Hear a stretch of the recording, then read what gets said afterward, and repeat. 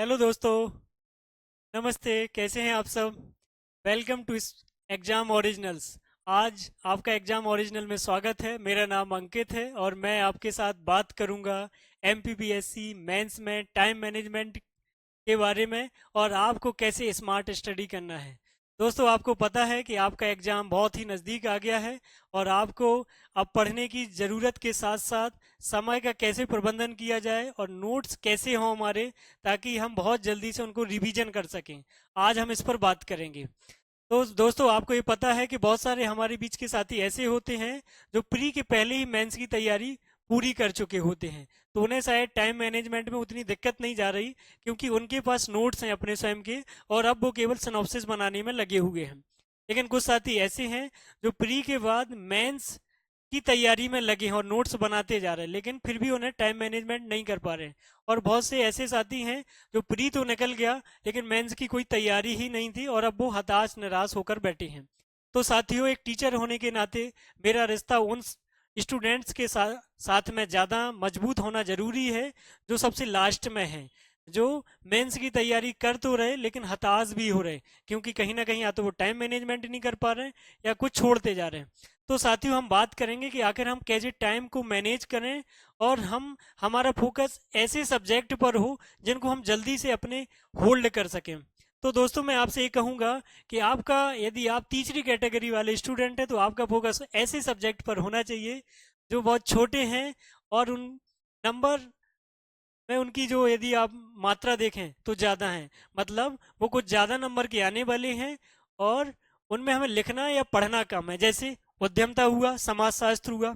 तो यदि आपसे उद्यमता, समाजशास्त्र और हिस्ट्री की तुलना की जाए तो आपका फोकस होना चाहिए उद्यमता और समाजशास्त्र के ऊपर, क्योंकि लगभग तुलनात्मक रूप से हम देखें तो जितने में समाजशास्त्र आना है, जितने की यूनिट है, उतने की हिस्ट्री है। अब हिस्ट्री में आपको प्राचीन काल, मध्यकाल, आधुनिक भारत पढ़ना पड़ेगा और समाजशास्त्र में आपको बहुत छोटा टॉपिक पढ़ना पड़ेगा और आप लगभग उतने ही नंबर की बराबरी कर लेंगे। तो आपकी पहली प्रेफरेंस क्या होना चाहिए? आपकी पहली प्रेफरेंस होना चाहिए समाजशास्त्र और उद्यमता को पढ़ना। तो इसी को हम स्मार्ट स्टडी भी कहते हैं, कि हमें किसी की भेड़ चाल में नहीं चलना है कि जहां एक तरफ सारे लोग दौड़ रहे हैं उस तरफ दौड़ें। हमें स्टडी करना है कैसे, एक शेर की तरह। तो हम दो तीन बातों पर विशेष फोकस करेंगे। हम इस पर भी फोकस करेंगे कि अब हमारे पास समय कम है तो हम किस सब्जेक्ट के साथ कैसी पढ़ाई करें, और यदि हम नए सिरे से भी पढ़ाई कर रहे हैं तो कैसी करें। तो मैं अपनी शुरुआत करता हूँ यहाँ से कि smart study run slow mind flow. हम स्मार्ट स्टडी में बहुत स्लो चलेंगे, लेकिन हमारा जो दिमाग है वो बहुत गहराई से उसको पकड़ेगा और बहुत गहराई से उसको अपने साथ में रखेगा, ताकि आपको दूसरी बार केवल रिकॉल करना पड़े। तो दोस्तों, कैसे संभव है, अब हम इस पर फोकस करेंगे। तो दोस्तों, यह ऐसे संभव है कि आपको इसके लिए सबसे पहले काम करना पड़ेगा थ्री डायमेंशन पर। काय पर काम करना पड़ेगा? थ्री डायमेंशन पर। वो थ्री डायमेंशन हमारी क्या है, मैंने इसमें नोट करके रखा है कि थ्री डायमेंशन हमारा थ्योरी है, प्रैक्टिकल है और ट्रिक है। थ्योरी में हमें क्या काम करना है कि हम जिस भी टॉपिक को पढ़ रहे हैं उसका कंसेप्ट एकदम क्लियर होना चाहिए। जब यदि आपका कंसेप्ट क्लियर है तो आप प्रैक्टिकली उसको जोड़िए। आप प्रैक्टिकली अपने आसपास से जोड़िए। जैसे आप विज्ञान की बात कर रहे हैं तो उसको उदाहरण से जोड़िए। आप यदि समाजशास्त्र की बात कर रहे हैं तो अपने व्यवहार से जोड़िए। आप यदि भूगोल की बात कर रहे हैं तो अपने आसपास के वातावरण से जोड़िए। यदि आप पर्यावरण की बात कर रहे हैं तो अपने पर्यावरण से जोड़िए। उसी तरीके से आप ट्रिक, यदि आपको लग रहा है कि आपको कोई भी साइंटिस्ट का नाम याद करना आप नहीं कर पा रहे हैं, तो उसके लिए आपकी क्या स्ट्रेटजी होना चाहिए। क्योंकि असल में हम स्ट्रेटजी की बात जब करते हैं तो हम साइंटिफिकल वातावरण की बात करते हैं कि हमारा वैज्ञानिक दृष्टिकोण क्या हो। हमारा वहां रटने का तरीके से ज्यादा वैज्ञानिक दृष्टिकोण पर फोकस होना चाहिए। तब हम वैज्ञानिक तरीका क्या होगा, ट्रिकी ट्रिकी बनाया जाए।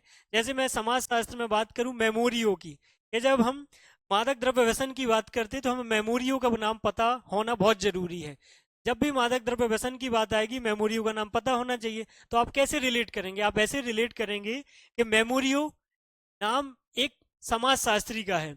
और जब हम देखते हैं सॉरी, कि जब हम क्या पढ़ाई करते हैं, जब हम मादक द्रव्य व्यसन की बात करते हैं तो हम क्या करते हैं, मादक द्रव्य का जब व्यसन करेंगे, हम उनकी लत करेंगे तो हमारा क्या होगा, मेमोरी की हानि होगी। तो क्या हुआ, मेमोरियो वहां से हम रिलेट करेंगे। दोस्तों इसी तरीके से हमें एक बात और समझना है कि अब हमें एमपीपीएससी में समय का प्रबंधन कैसे करना है, हमें सारे सब्जेक्ट को कैसे कंप्लीट करना है और हमें अपनी नोट्स कैसे बनाना है। तो इसका तरीका बहुत आसान और सरल सा तरीका ये है कि हमारा फोकस होना चाहिए कि हमें किसी भी अपने सारे सब्जेक्ट को, सारे टॉपिक को कम से कम 3 बार मेंस का एग्जाम लिखने तक, प्री से मेंस के बीच में पढ़ना है। तो मैंने उसका एक बहुत अच्छा तरीका खोजा है कि सबसे पहले हम क्या करते हैं कि हम जब भी टेस्ट सीरीज ज्वाइन करते हैं तो पहले हमारा टॉपिक वाइज टेस्ट होता, फिर हमारी एफएलटी होती, फिर हमारे कंटिन्यूअस मेंस के जैसे एग्जाम होते हो, फिर हम मेंस देने जाते। तो लगभग हमें 3 बार पूरा एमपीपीएससी का सिलेबस प्री से मेंस के बीच में पढ़ना होता है। तब हमारी स्ट्रेटजी क्या होती? तब हमारी सबसे पहले स्ट्रेटजी ये है कि जो हमारा नोट्स है हम उस नोट्स को पढ़ें। पहले नंबर हम क्या करते, क्लास टेस्ट देते। वो क्लास टेस्ट कैसा होता, टॉपिक वाइज होता। तो हम क्या करते हैं कि सबसे पहले नोट्स पढ़ते। तो दोस्तों मैं आपसे ये कहूंगा कि जब आप टॉपिक वाइज टेस्ट देने जाते हैं तो नोट्स से पढ़ाई के साथ साथ सिनॉप्सिस बनाते जाएं, और सिनॉप्सिस बना के आप क्या करेंगे, टेस्ट देंगे। तो यहाँ क्या हो रहा है, आपका राइटिंग प्रैक्टिस भी हो रही, आपके सिनॉप्सिस भी बन रहे और नोट्स भी छोटा हो रहा और आपको रिकॉल करना आसान हो रहा। अब जब संडे आएगा तो हम संडे को क्या करेंगे, हमने जितना कंटिन्यू पढ़ा है उसका पूरा का हम रिवीजन करेंगे।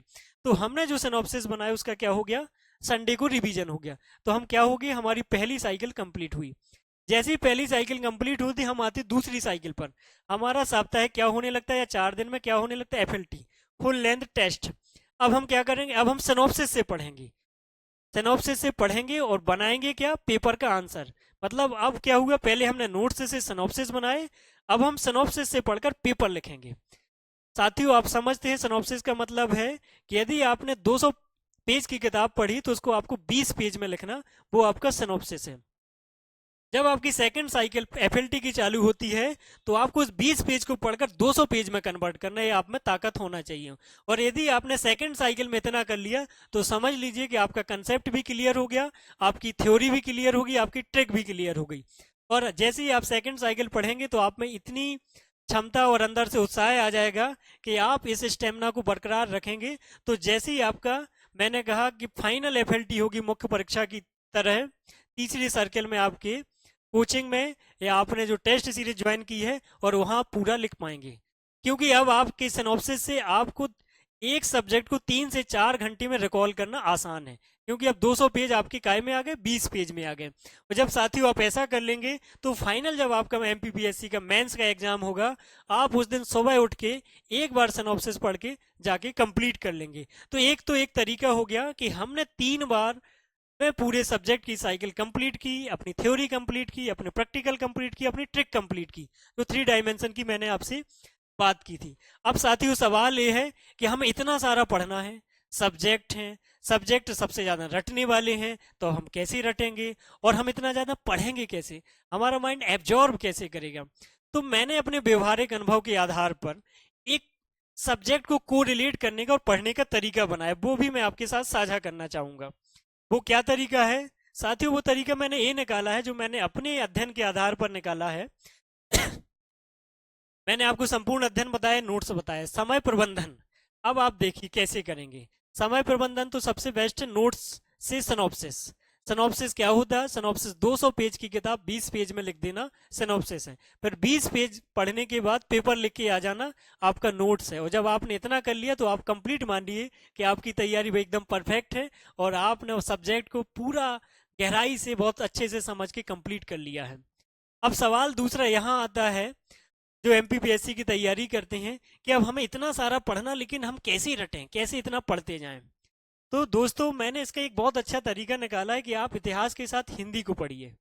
इतिहास के साथ किसको पढ़िए, हिंदी को।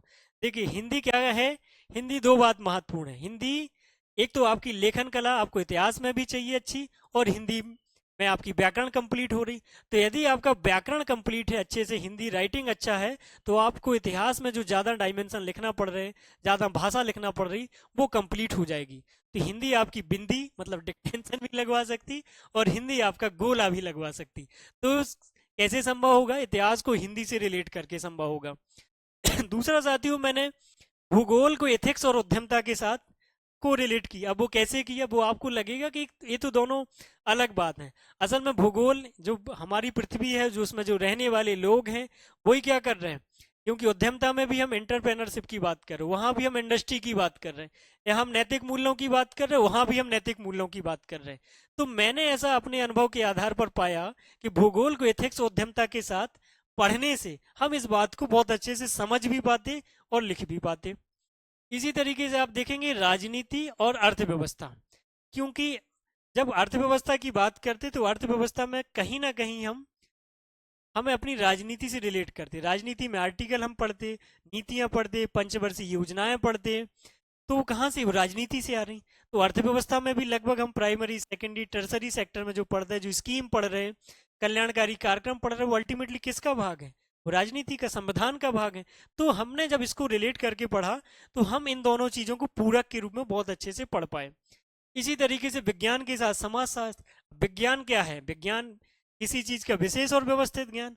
अब जैसे समाज की बात करेंगे, समाजशास्त्र क्या है, समाज का विशेष और व्यवस्थित ज्ञान।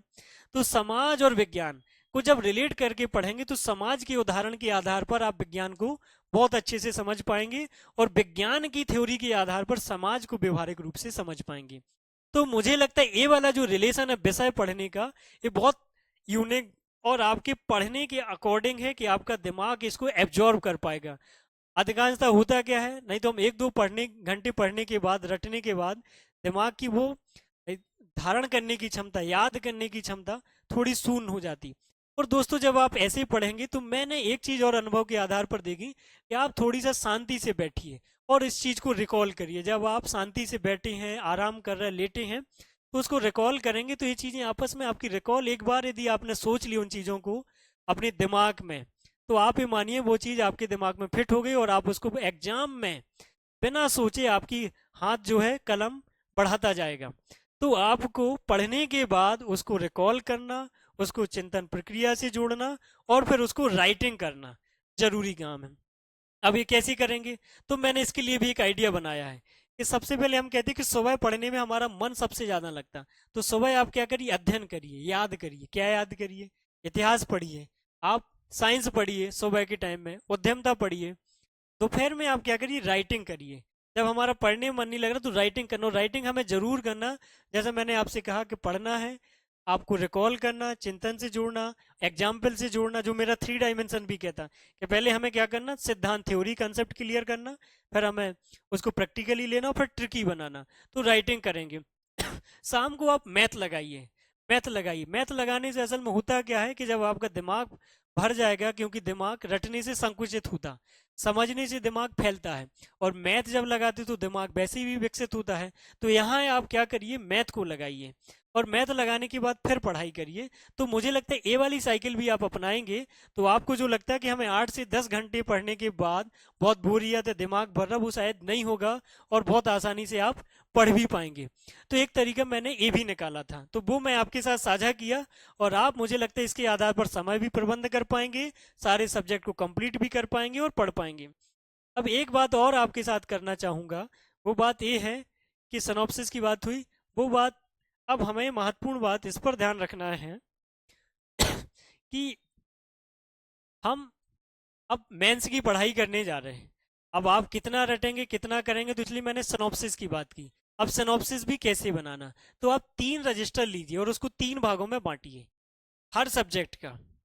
एक तो सिनॉप्सिस का रजिस्टर हो आपका, एक रजिस्टर डाटा का हो, और एक रजिस्टर करंट अफेयर्स का हो।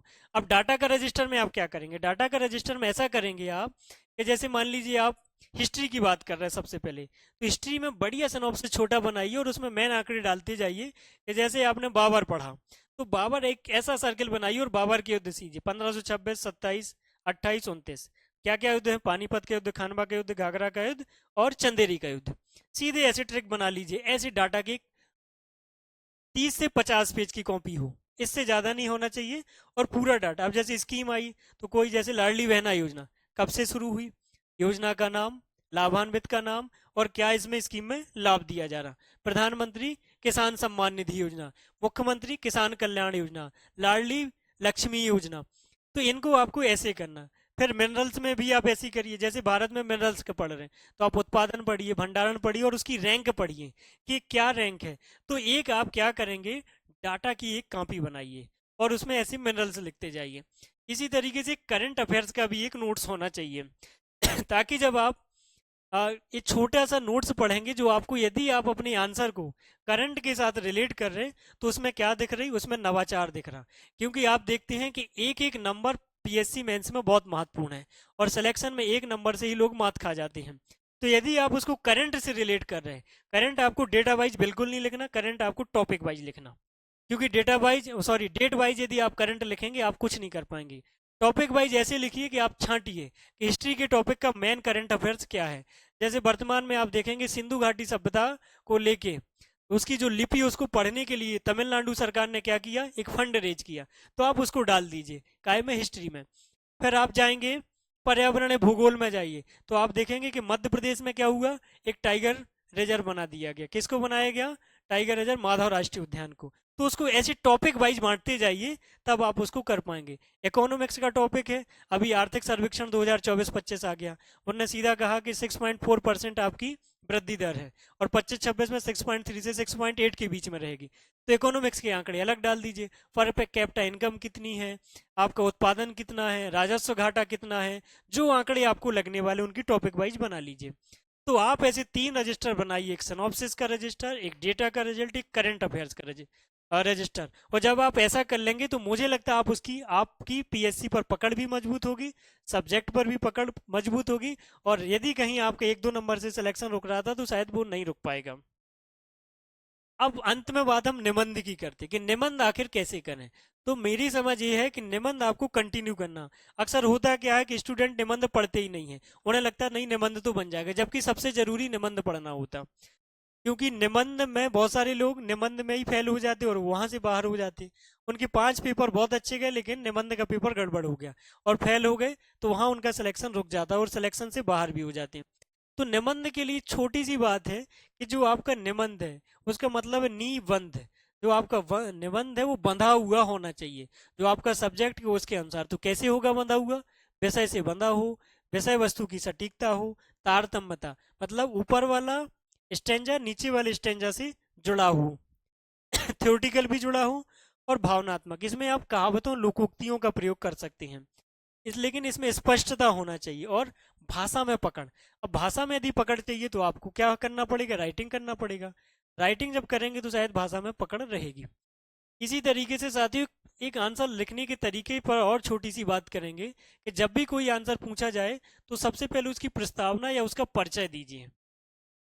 परिचय दीजिए, डायमेंशन की बात करेंगे। फिर आप क्या करिए, उसकी विशेषताएं बता रहे तो विशेषताएं बता दीजिए। फिर उसके बाद उसके आप फंक्शन बता दीजिए। क्या बता दीजिए, फंक्शन बता दीजिए। फिर आप उसके कार्य बता दीजिए, फंक्शन बता दिए, फिर आप अन्य बताइए। अन्य क्या हो सकता, यदि आंसर नकारात्मक है, लास्ट में आपने मान लीजिए विशेषताएं सकारात्मक नकारात्मक बता दी, फिर कार्य बता दी, वहां भी नकारात्मक आ रहा, तो अन्य में आप या तो सरकार के प्रयास डाल दीजिए या फिर सुझाव डाल दीजिए।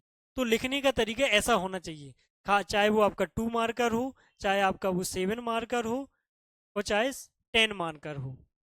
ठीक है, तो मुझे लगता है आप यदि एमपीपीएससी में ये वाली स्ट्रेटजी अपनाएंगे तो आप ना केवल संपूर्ण अध्ययन करने में सक्सेस हो जाएंगे, बल्कि आप क्या क्या कर पाएंगे, आप पूरे टॉपिक को 3 बार पढ़ पाएंगे। 3 बार पढ़ने के साथ साथ आप एग्जाम देने जाने के पहले भी उसको रिकॉल कर पाएंगे। और बस ये बात जरूर याद रखिए कि यदि आप थर्ड कैटेगरी, जो मैंने पहले कहा था कि जिनने प्री निकाल लिया, मेंस की तैयारी बिल्कुल नहीं थी, ऐसे साथियों को सबसे छोटी छोटी यूनिट पर फोकस करें और बड़ी यूनिट की सिनॉप्सिस कहीं से आयातित करें, किसी से व्यवस्था कर लें। और जब आप ऐसा कर पाएंगे तो आपको पढ़ना बहुत आसान हो जाएगा और आपका टॉपिक भी क्लियर होगा, थ्योरी भी क्लियर होगी और आपका प्रैक्टिकल भी होगा और आप ट्रिक भी बना पाएंगे। और इसको रिलेट जरूर करिए कंसेप्ट को कहीं से, तभी आप सक्सेस पा पाएंगे। बहुत अच्छा, बेस्ट ऑफ लक आप सभी को। मुझे विश्वास है कि आप यदि इस स्ट्रेटजी पर काम करेंगे तो आप जरूर सफल होंगे। एग्जाम ओरिजिनल्स की टीम आपके उज्जवल भविष्य की कामना करती है। और आप फिर भी यदि आपको कोई ऐसी क्योरी आती है कि सर इसको हम कैसे समाधान करें, तो हम आपके बीच में पुनः आएंगे कोई समाधान का सूत्र लेके, गुरु मंत्र लेकर, जो आपको इस पीएससी के युद्ध में सफलता दिला सके। आप सबको पुनः धन्यवाद, best of luck, thank you.